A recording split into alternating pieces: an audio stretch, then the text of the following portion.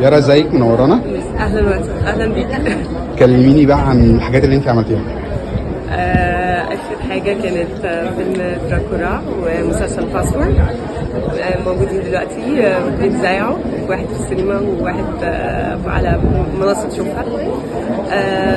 بس بحضر ان شاء الله فيلم مستقل، يعني لسه بنصوره، بنخلص تصويره ان شاء الله. هتعملي فيه اكشن ها؟ لا ده مش اكشن، ده اكشن لسه جاي. طب قولي لي بقى، انت نفسك تشتغلي مع مين؟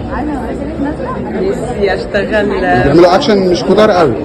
يعني طبعا الاستاذ احمد عز، احمد السقا، ملوك الاكشن.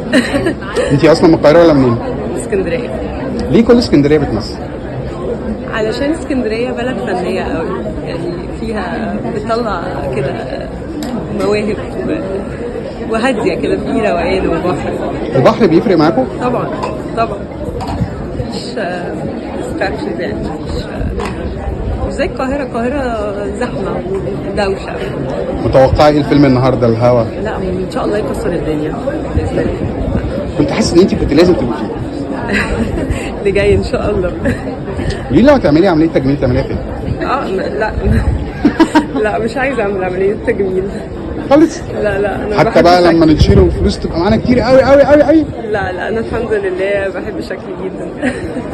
طيب بتشجعي ايه؟ الاهلي ولا الزمالك؟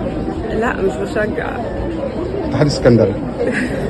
انت ذكيه. ايوه. اتحاد السكندري. طب بتحبي زيزو ولا امام عاشور؟ انا واحده كنت بلعب باليه، فهتلاقيني في الكوره بحب العب كوره، بس مش متابعه قوي للاسف. فتى احلامك ممكن يكون شبه مين؟ فتى احلامي شبه مين؟ جوزك في المستقبل يعني.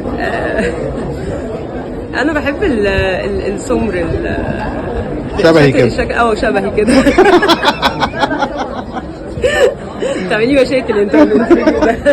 نورتينا على صرمة السعودية، وان شاء الله تكسري الدنيا، ونتقابل معاكي بقى بعد الفيلم القصير ده هيكسر الدنيا ان شاء الله باذن الله. بصوا يا جماعه، الجمال عدى الكلام.